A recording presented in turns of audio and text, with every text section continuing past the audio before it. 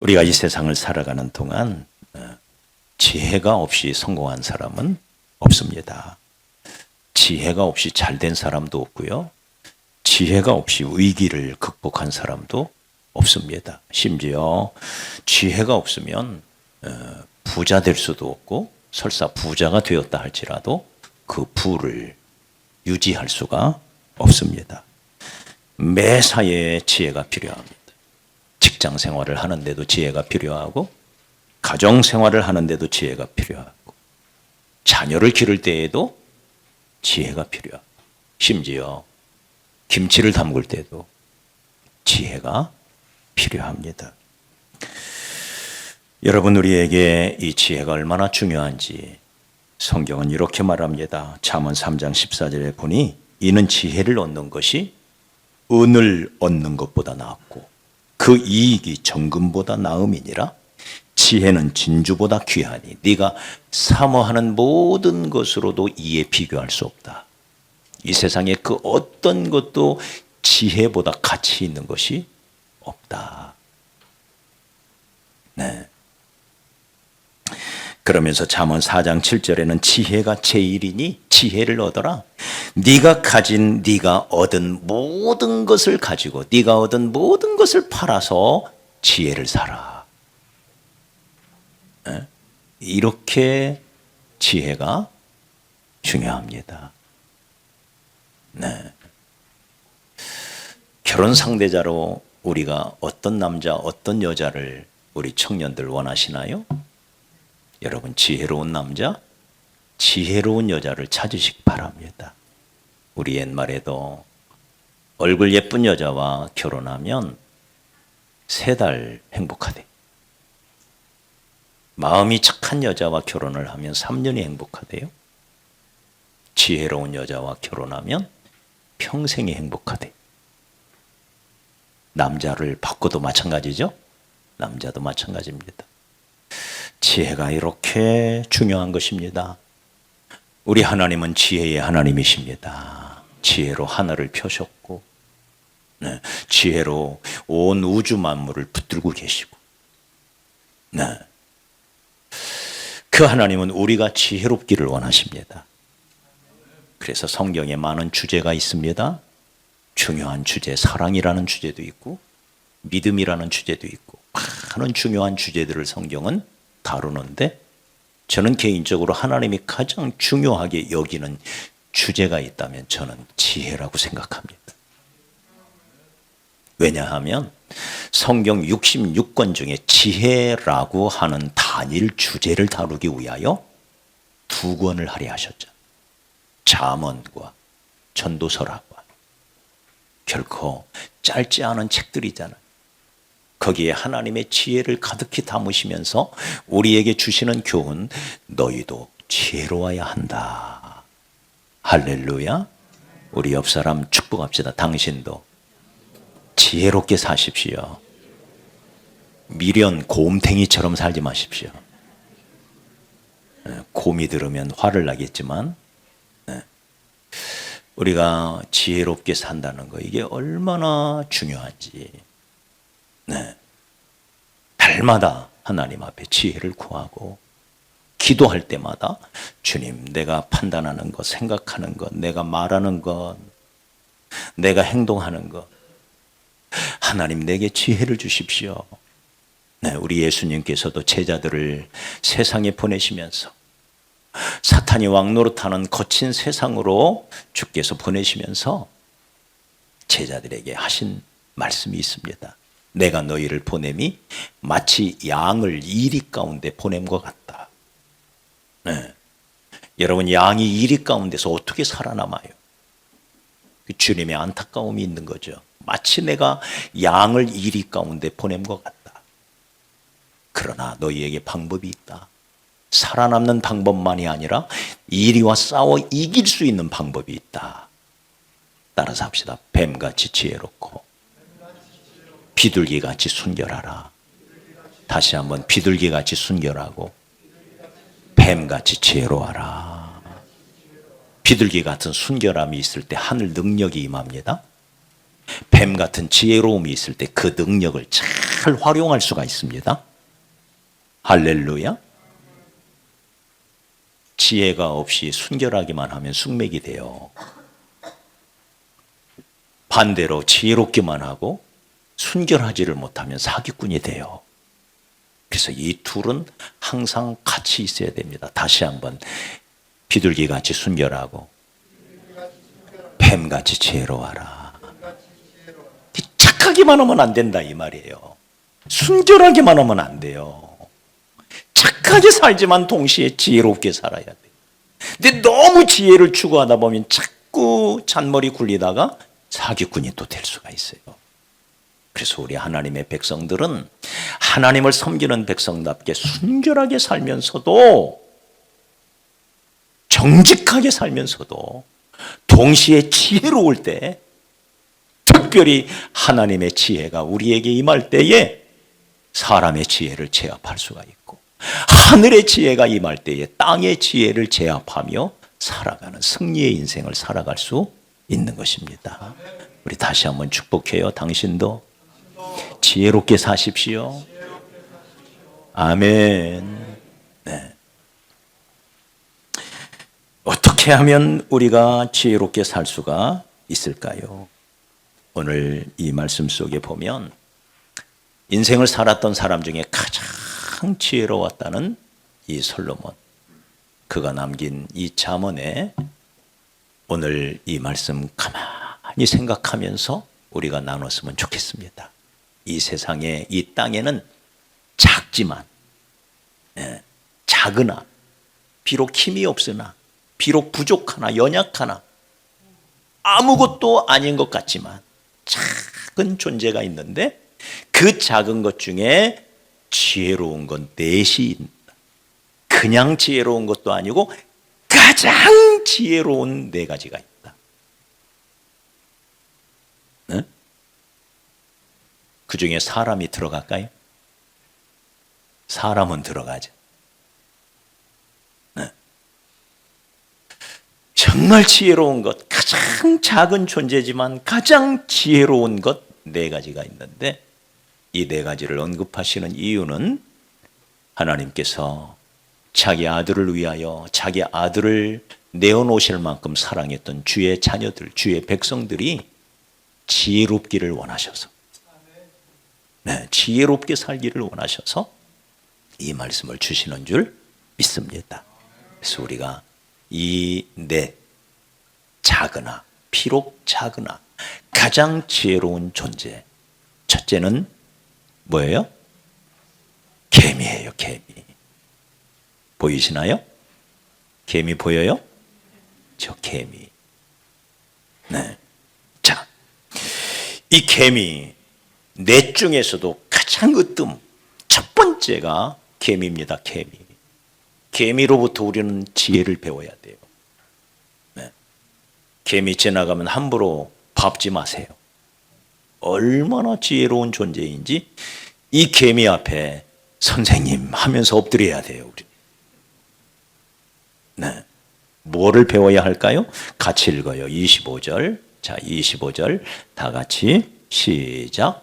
곧 힘이 없는 종류로 돼 먹을 것을 여름에 준비하는 개미와. 자, 힘이 없어요. 개미는. 허리를 보십시오. 도대체 힘이 어디에 들었겠어요? 네. 힘이 없는 종류로 돼. 그러나 개미가 지혜로운 것 뭐예요? 겨울이 올 것을 알고 있어요. 그래서 겨울에 먹을 것을 언제부터 준비해요? 언제부터? 우리는 겨울을 언제 준비하나요? 늦가을에 준비하잖아요. 그것도 그죠? 자, 그런데 개미는 언제부터 준비해요? 세상에, 여름부터. 여러분, 여름에 겨울이 생각나요? 그 뜨거운 여름에 겨울이 생각나나요? 그래도 지금처럼 제법 추워져야 아이고 겨울이 오는구나 이 생각이 나는 거지. 뜨거운 여름에 무슨 겨울이 생각나요? 그 뜨거운 여름에 벌써부터 개미는 저 겨울이 오고 있음을 알아요. 그래서 그때부터 준비해요. 미리미리. 준비의 공식. 미리미리. 다시 말해 준비라고 하는 것은 미리 하지 않으면 준비가 아니에요. 하지 않을 수는 없어요. 그래서 게으른 사람도 석양에 바쁜 거예요. 하지 않을 수는 없어요. 그러나 석양에 바쁜 사람은 그건 준비하는 게 아니에요. 준비는 미리미리 하는 것이다. 시작. 다시 한번 큰 소리로 시작. 준비는 미리미리 하는 것이다. 네. 우리 하나님은 준비된 자를 준비된 만큼 쓰시는 준비의 하나님이십니다. 얼마나 철두철미하게 준비하시는지 저와 여러분 보잘것없는 우리를 구원하시려고 만세 전부터 준비하셨다 그랬어요. 할렐루야. 저와 여러분이 이 자리에서 이렇게 예배케 하기 위하여 만세 전부터 우리 주님은 준비하셨대요. 철두철미하게. 네? 지금도 예수님은 준비하고 계십니다. 내가 처소를 예비하러 가노니, 처소를, 너희가 있을 천국을 준비하러 가노니, 그 처소가 다 준비가 되면 너희를 데리러 내가 다시 오시리라. 다시 오리라. 주님이 아직 안 오시는 것은 천국이 아직 덜 준비가 된 거예요. 부지런히 준비하셔서 그 준비가 끝나면 우리를 데리러 오실 것입니다. 할렐루야. 얼마나 철두철미하게 준비하시는지. 그분의 이름이 준비예요. 준비. 하나님의 이름 중에 가장 유명한 이름 하나 있죠. 뭐예요? 여호와 이레의 한. 하나님의 이름입니다. 얼마나 준비하시는지. 하나님은 준비된 자를 준비된 만큼 쓰십니다. 믿습니까? 그래서 아브라함을 불러놓으시고 아브라함을 바로 쓰시는 게 아니에요. 준비될 때까지 기다리고 또 기다리다가 100세가 돼서야 준비가 끝난 모습을 보고 그때서야 하나님이 쓰시는 겁니다. 모세를, 그의 태에서부터 모세를 택하시고는 모세를 바로 쓰는 게 아니에요.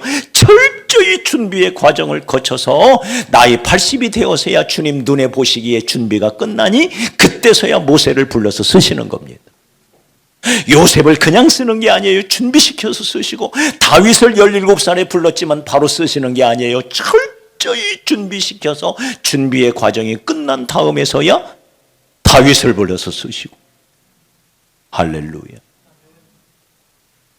전능하신 예수님께서도 30세까지 준비를 하세요. 준비가 끝난 다음에 비로소 쓰시는 하나님. 그러므로 저와 여러분이 우리의 삶 가운데 덜 깨어서 하나님은 반드시 쓰신다. 준비된 만큼 쓰신다. 죽기 1분 전에라도 쓰신다. 그러므로 나는 순간을 위하여 평생을 준비하겠다. 이런 마음으로 사시기를 주의 이름으로 축복합니다. 어제 우리 열린 음악회를 했습니다. 그 중에 한 프로가 그러시더라고요. 준비 없이 서면 앞에 서는 게 왜 이렇게 떨리는지 모른대. 프로인데. 네. 그래서 다 와서 연습하는 거야. 아침 저녁으로. 내가 볼 때는 연습할 거 하나도 없을 것 같은데. 그래서 준비가 다 됐대. 그 자신감 때문에 앞에 서면 담대하다는 거예요. 준비가 이렇게 중요한 것입니다. 우리 준비하며 사십시다. 디도서 3장 14절에 우리 사람들도 열매 없는 자가 되지 않기 위하여, 다시 말해 열매 맺는 인생을 살기 위해서, 이게 성공적인 인생이죠. 성공적인 인생. 열매 없는 자가 되지 않기 위하여 필요한 것을 준비하는, 아무거나 준비한다고 준비가 아니에요. 꼭 필요하다고 생각되는 거, 그 필요한 것을 주께 물어서 필요한 것을 준비하는 이 선한 일을, 그렇게 준비하는 게 선한 일이래요. 이 선한 일을 배우기를 힘써라. 그건 배워야 하고 그것은 힘써야 되는 일이래요. 할렐루야. 무엇을 위하여? 열매 맺기 위하여. 준비하시기 축복합니다. 우리 청년들도 열심히 준비하십시오. 준비된 자는 좋은 직장이 여러분을 기다리고 있을 겁니다.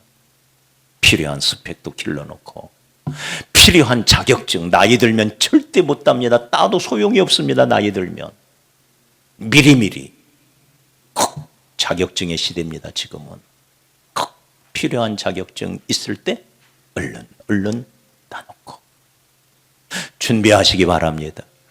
준비된 자를 준비된 만큼 쓰시는 하나님이심을 굳게 믿으십시오.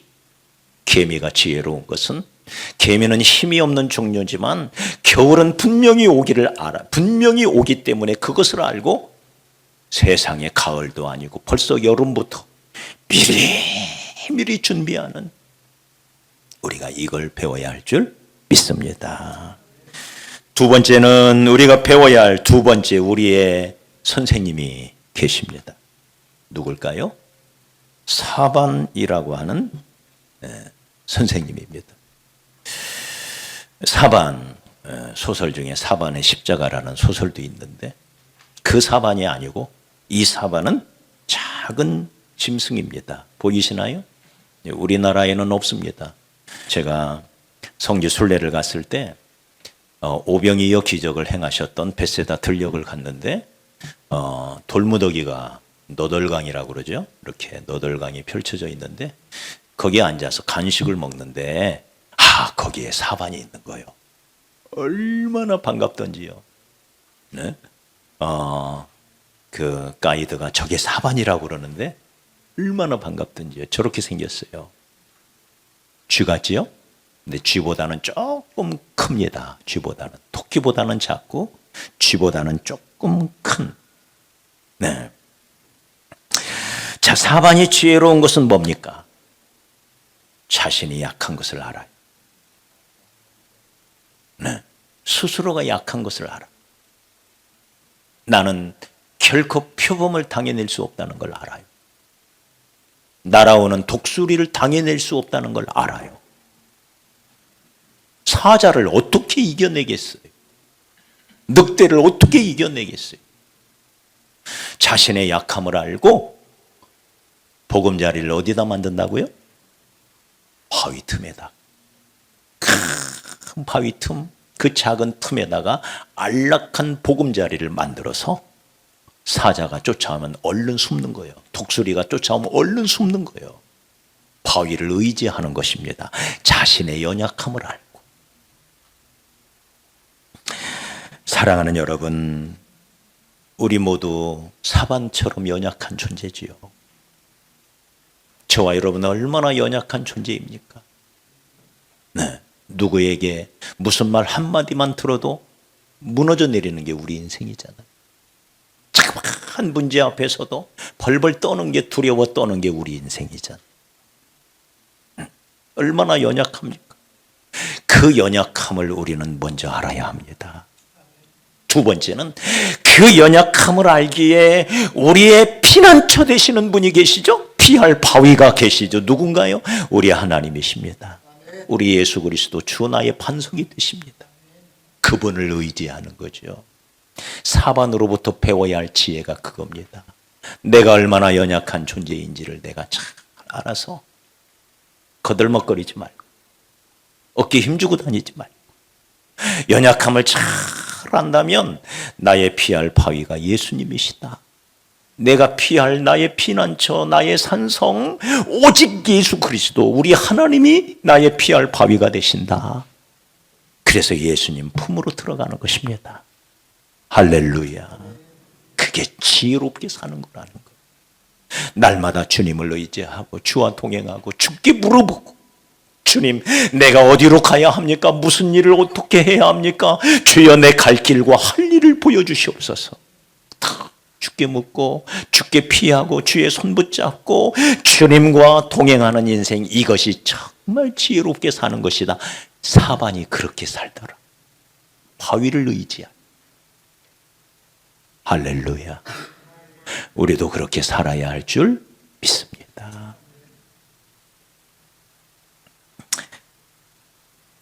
세 번째, 우리의 선생님, 세 번째 선생님이 등장하죠. 네, 우리 선생님 얼굴 좀 보여주세요. 네, 보이시나요? 네, 메뚜기 선생님입니다. 보이시죠? 메뚜기 선생님.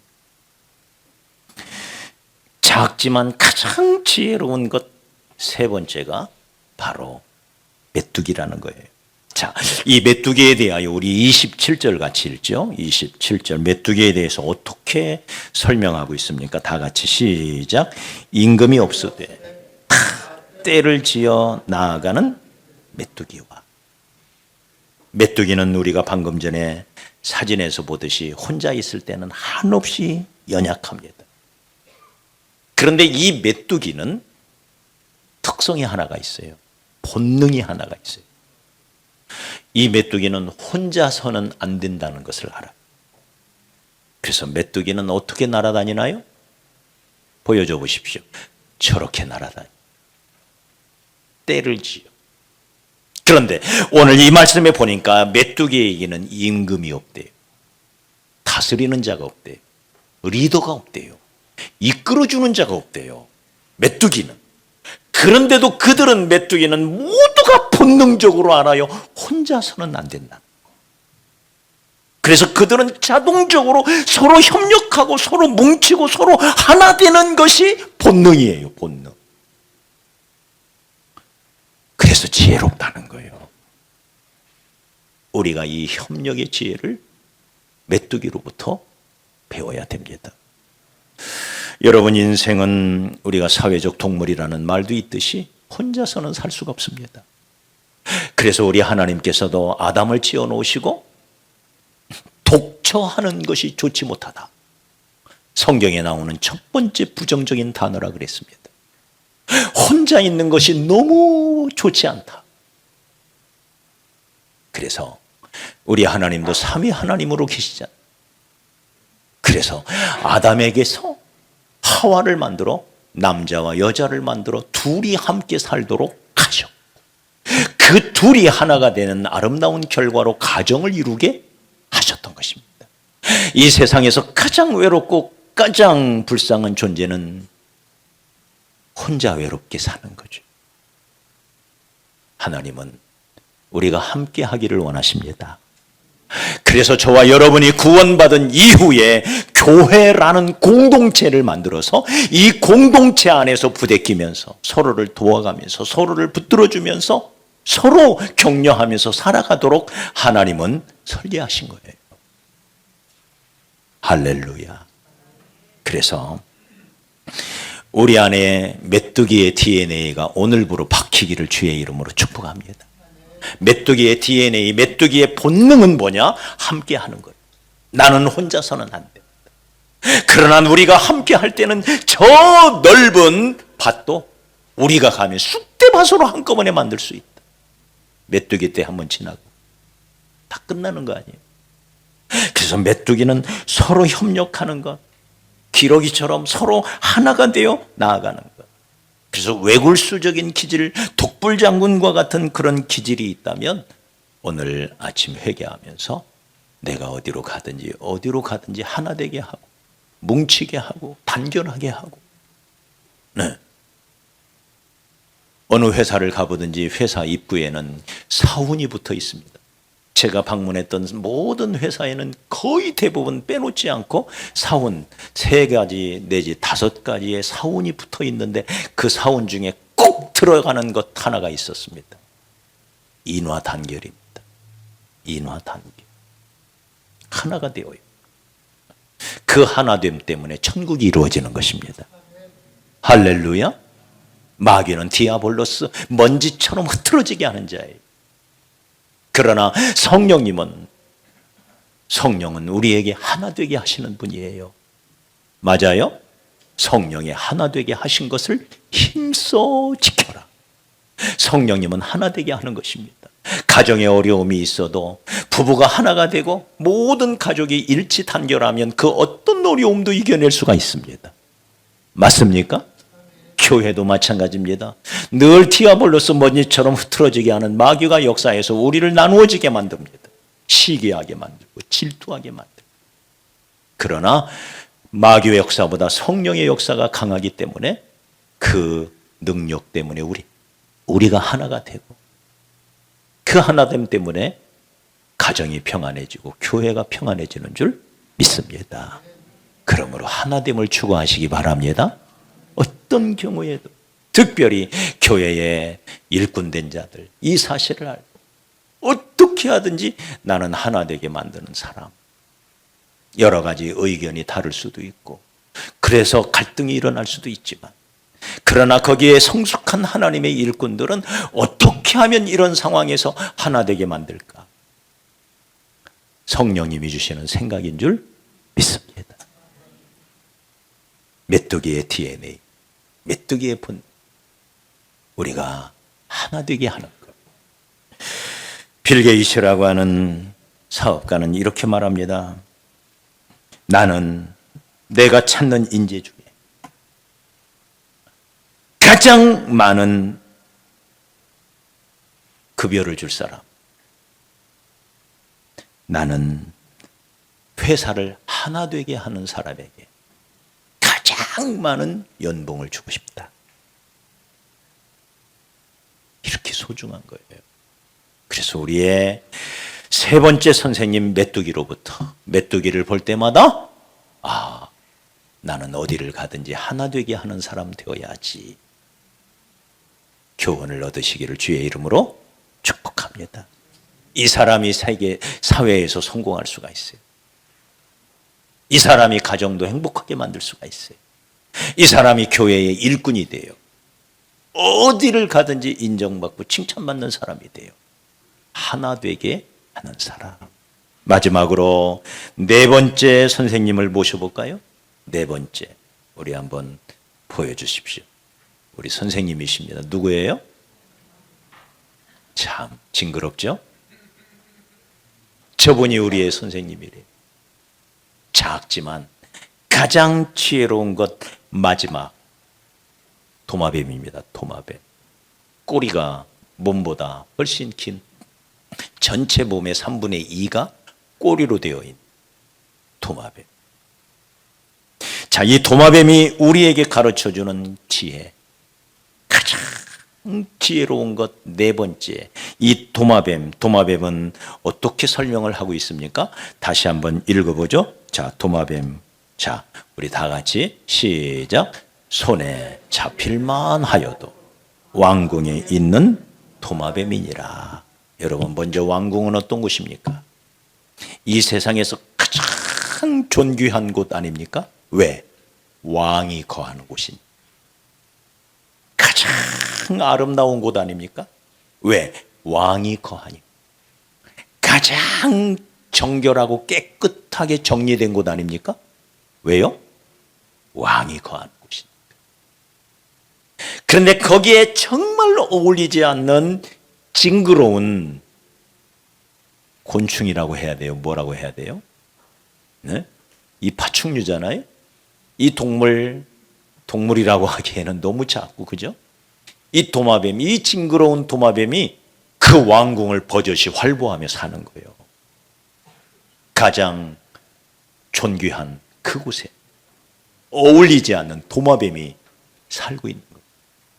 그런데 이 도마뱀을 가리켜 손에 잡힐만 한데 딱 잡으면 없어질 것 같은, 네? 딱 잡아서 던지면 끝날 것 같은, 그런데도 여전히 도마뱀은 왕궁 위를 기어다녀요. 왜 그럴까요? 그 유명한 꼬리 자르기 전법이 있기 때문에 그래. 딱 잡으면 주로 어디가 잡히겠어요? 꼬리가 잡히겠죠. 그러면 어떻게 하나요? 미련 없이, 아낌없이 또 끊어내요. 그래서 자기 몸을 지킵니다. 자기 몸. 네. 사랑하는 여러분, 이 도마뱀으로부터 우리가 배워야 할 지혜. 욕심 부리면 안 돼요. 내려놓을 거 내려놔야 됩니다. 버릴 것은 버려야 됩니다. 다 가지고 가려다가 다 같이 죽는 거예요. 무슨 말인지 이해가 되시죠? 그래서 손에 잡힐만 해서 딱 잡으면 미련 없이 또 끊어버리고 도망가요. 그래서 자기 자신을 지켜요. 그러나 조금 있으면 또 꼬리가 자라난대요. 얼마나 지혜로운 것입니까? 많은 사람들이 사업을 하다가 어려워지는 경우가 뭐냐? 투자한 것이 아깝다고 본전 생각난다고 그러죠? 본전 생각나서 자꾸 쏟아붓는 거예요. 1억을 투자하고 투자한 것이 아까우니까 또 여기저기서 5천만 원 끌어오고 또 아까우니까 이번에 또 투자하면 되겠지. 또 3천만 원 끌어. 사돈의 8촌까지 다 끌어모아다가 투자했다가는 쫄딱 망하는 거예요. 그러면 다시 일어날 수 있는 기회가 없어요. 원금을 지켜야 됩니다. 따라합시다. 원금을 지키자. 원금을 지키자. 어떤 사업을 하더라도 아무리 망해도 원금을 지킬 줄 알아야 돼. 종잣돈은 남겨야 돼. 이 시드머니가 있으면 다시 일어날 수가 있어요. 네. 그러나 도마뱀이 뚝 잘라버리고 몸은 살아있기 때문에 다시 살아날 수 있는데 몸마저 죽어버리면 이제는 일어나기가 얼마나 어려운지. 그러므로 사랑하는 여러분, 우리에게 도마뱀을 통해서 주시는 지혜, 너무 욕심부리지 말고 안 되는 것은 자를 수 있어야 되고 거절할 수 있어야 돼요. 노할 줄 아는 그리스도인이 되라는 책도 있어요. 거절할 수 있어야 돼요. 네. 마음이 좋아서 사랑해야지 다 품고 가다가는 다 놓쳐버려요. 그래서 지혜롭게 잘라야 할 것은 잘라버리는, 특별히 죄악의 영역에 속한 것들 잘라버려야 돼. 그래야 몸이 살아남습니다. 할렐루야. 몸을 지켜야 돼요. 본체를 지켜야 돼요. 원금을 지켜야 돼요. 그래야만 또 살아남을 수가 있어요. 이 사실을 우리가 꼭 기억해서 도마뱀을 통해서도 귀한 교훈을 얻어야 할 줄 믿습니다. 우리 하나님은 우리가 지혜롭게 살기를 원하십니다. 그래서 야고보서 1장 5절에도 너희 중에 누구든지 지혜가 부족하거든. 나에게는 왜 이렇게 지혜가 없나? 이 생각이 들면 후히 주시고 꾸짖지 아니하시는 하나님께 구하라. 우리 하나님 앞에 지혜를 구하면 야 이놈아 너 그것도 몰랐니? 꾸짖는 법이 없대. 사람에게는 뭘 물어보면, 사장님한테 뭘 물어보면 혼날 수 있잖아요. 야 이마 너 그런 것도 몰랐냐? 혼날 수 있잖아. 그런데 우리 하나님은 그런 분이 아니래. 후히 주시고 꾸짖지 아니하시는 하나님께 구하라. 그리하면 주시리라. 우리가 기도할 때마다 하나님 오늘 하루도 지혜롭게 살기를 원합니다. 내가 생각하고 판단하고 결정하는 모든 것이 하나님의 지혜로 결정하고 선택하고 판단하게 하옵소서. 하나님 앞에 지혜를 구하시기 바랍니다. 우리가 하나님 앞에 지혜를 구할 때 우리 하나님이 얼마나 기뻐하시는지를 기억하십시오. 일찍이 솔로몬이 하나님 앞에 정성을 다하여 1000번제를 드렸을 때 우리 하나님이 솔로몬에 다가와 백지수표를 내밉니다. 내가 너에게 무엇을 해주랴? 그러자 솔로몬이 하나님 앞에 구합니다. 하나님이여, 저는 어리석은 존재이오니 하나님이 주신 이 많은 백성을 다스릴 수 있는 지혜를 주십시오. 재판을 잘 할 수 있도록 지혜를 주십시오. 송사를 듣고 분별할 수 있는 지혜를 주십시오.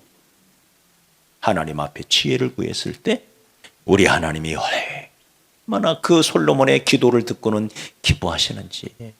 솔로몬아, 네가 너를 위하여 장수, 긴 목숨을 구하지도 않고 재물을 구하지도 않고 너를 위하여 대적의 목숨도 구하지 않고 내가 너에게 맡긴 백성들을 잘 다스릴 수 있는 지혜를 달라고 했으니 내가 너에게 동서고금을 막론하고 너처럼 지혜로운 자가 없을 만큼 너를 지혜롭게 만들어 주겠노라. 뿐만 아니라 네가 구하지 않은 재물도 목숨, 장수도 대적의 목숨도 다 너희에게 덤으로 주겠노라.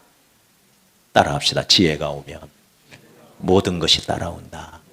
다시 한번, 지혜가 오면 모든 것이 따라온다. 우리 하나님 앞에 지혜를 구하십시다. 우리 하나님이 우리에게 넘치는 지혜를 이 연말에 부어주셔서 한 해를 잘 마무리 짓고 또 우리 하나님께서 주실 2024년 또 잘 준비해서 2024년 더 주님 앞에 영광을 돌리고 또 우리의 공동체, 우리의 밝은빛 교회가 더 아름다운 공동체로 잘 세워져간 우리 성도들의 가정마다 또 그런 은혜가 넘치기를 다시 한번 주의 이름으로 축복합니다.